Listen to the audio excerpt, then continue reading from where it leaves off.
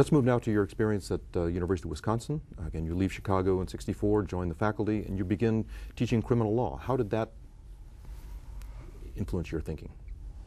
Well, I should point out the connection here in the sense that, one of the things from the Bar Foundation study was that the Ford Foundation that sponsored that was anxious to perpetuate the value of their work in the Bar Foundation study.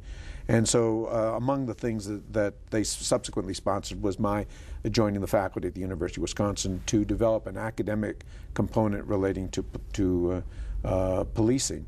So while I never taught criminal law as such, I was involved as part of the criminal law faculty and had the great fortune of continuing to work with Frank Remington, who had been director of the Bar Foundation study. Frank was one of the leading teachers of criminal law in the U.S. at the time. He had many graduate students who subsequently went out and taught criminal law in other law schools. And his approach to the teaching of criminal law was to depart a great deal from just teaching arrest, search, and seizure based upon Supreme Court decisions. Having all the data from the Bar Foundation study, he tried to look at these issues in the context of how they arose on the street.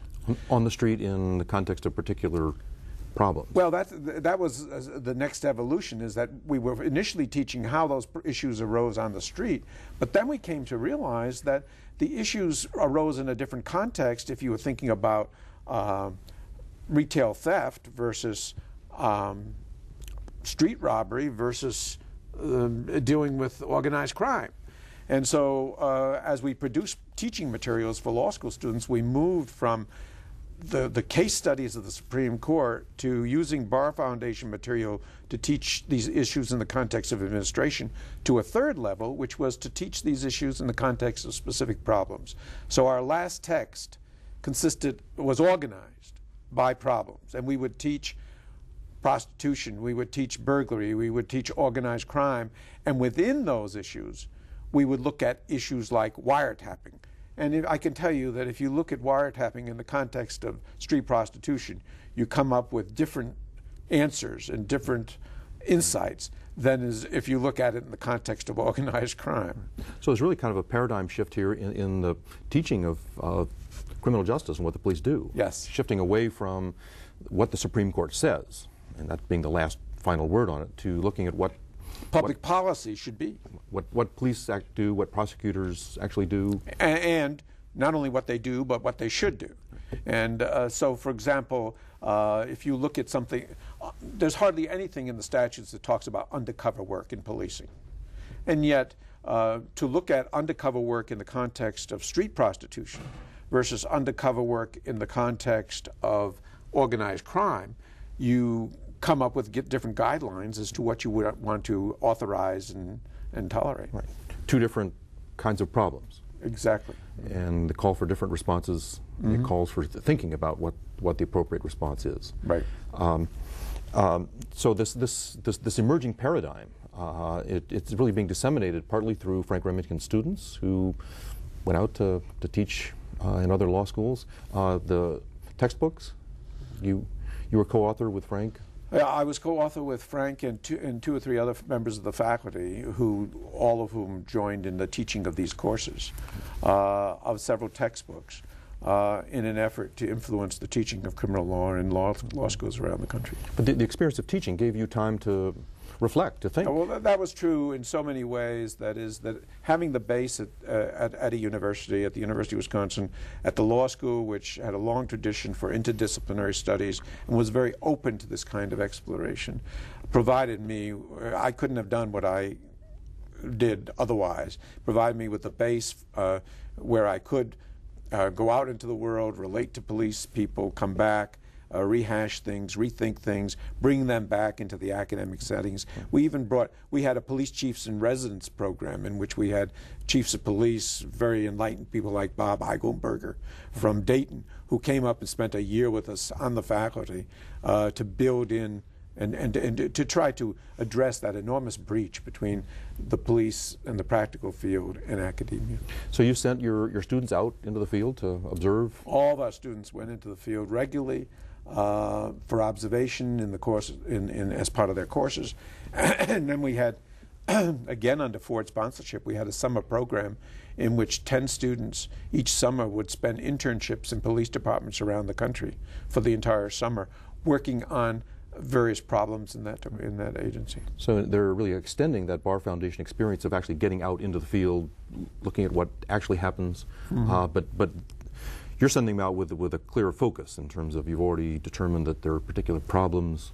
Did you assign specific problems to? Well, we tried to get an agreement between the department and ourselves as to what might be an appropriate focus. And each, for example, when, one student went out to Oakland and studied how that department was teaching about discretionary matters in their training program and what they might do to beef up their training so that to equip police officers to better exercise discretion. And so in Madison, as part of this, you would send your students out, they would observe, and then they'd come back and you discuss it?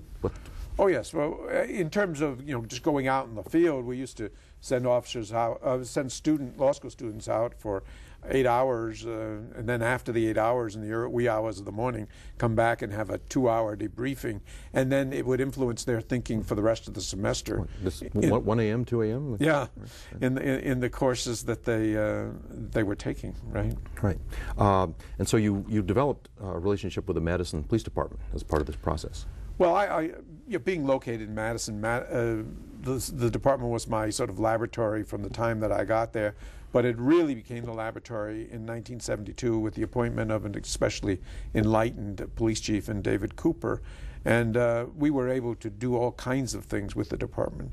And so that afforded the opportunity to do a very ambitious study of how we might actually implement problem-oriented policing in its purest form within the Madison department. And so there was a specific project. We've got the reports from 1982 that are here.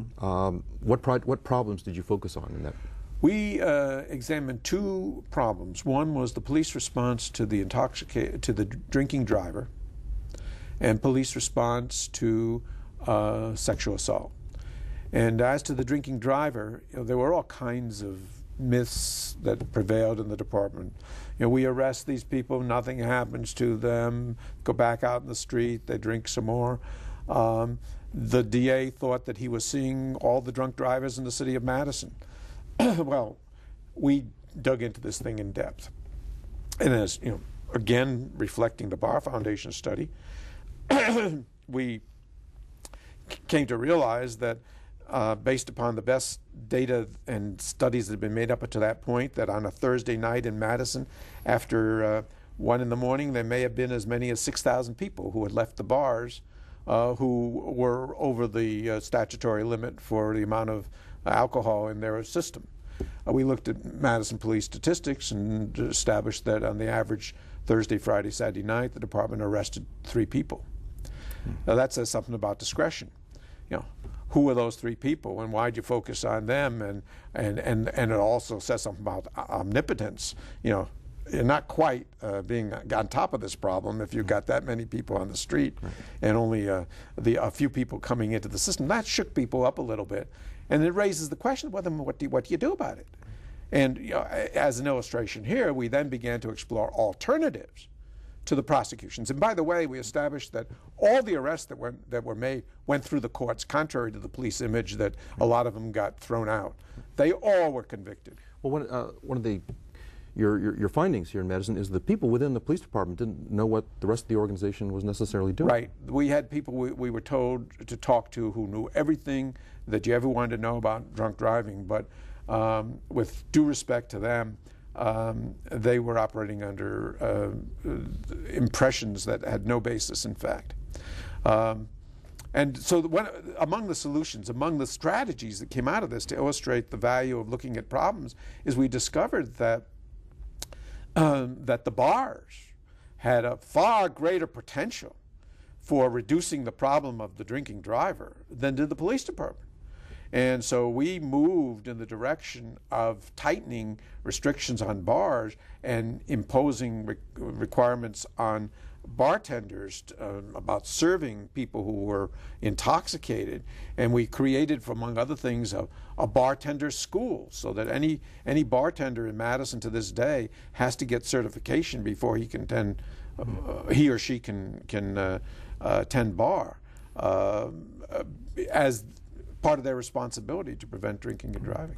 So, was this one of the very first examples of bringing in other groups, partners, Definitely, and using non-criminal it was part of this emphasis on you can do a lot more to prevent than just to depend upon the 3 arrests a night, and you could that the problem was much bigger than the police department recognized it to be, and that others had an opportunity to contribute to reducing the problem in ways that were far more effective than anything that the police department can do. And that's really one of the core principles of community policing as well as problem-oriented policing. What did you learn from these experiments with the Madison Police Department about the capacity of that department or a police department to really innovate? The department was then on its way in 1982 to becoming one of the best police departments in the country, very sophisticated, highly educated, but suffered from a traditional limiting framework that said our job is to enforce the law. That's the old traditional model. Yeah. And it was hard to get engagement. It was hard to say that research, having a person in a room studying, was contributing to an operation in which the dominant theme was to get out there and make your presence felt. And so that the people in the back room were sort of thought of as not contributing to the goal of the organization. Although, and it took a lot to say, look, if you invest in thinking about some of these issues, then the people who are out there might be much more effective in what they're doing with regard to the problem. Moreover, the analytical ability. Departments, as explained in the context of the Chicago department, did not have the internal capacity to analyze problems in a creative, in-depth sort of way. They didn't have people who were trained in that? They didn't have people who were trained in that. Mm-hmm. They didn't have people. They hadn't invested in trying to acquire that expertise. Right. Do you think you made some progress in all of this time in sort of changing the understanding of this issue within Madison? I learned a long time ago that progress in policing is very, very slow. It moves in slow motion. Today, in the year 2004, if I jump the gun here, Madison Police Department has an analyst who's trained in social science research, and she does what we had hoped they would start doing back in 1982. So it's taken a while, 20 years. But they have somebody. When that person, when we went before the mayor and the city council to try to get support for this individual, they couldn't quite understand why, and were very reluctant to support it. And I was pleased to learn just a few weeks ago that she presented a very strong, insightful report about control over alcohol serving beverages in the student area in Madison, and that the mayor acknowledged that now I understand why we want and need this position. Right. So, right. One of your students at Wisconsin was Gary Hayes. Yes. Who was Gary and why was he important? Gary had been a police officer. He came to law school to study. He said, he walked into my office and said, I'm not here to become a lawyer. I'm here to become a better police officer. And he studied with me for 3 years, was my research assistant, and was there during these formative years. And that is with regard to the pop concept. And he was a very brilliant guy, a very energetic guy, and he contributed to my work as my research assistant.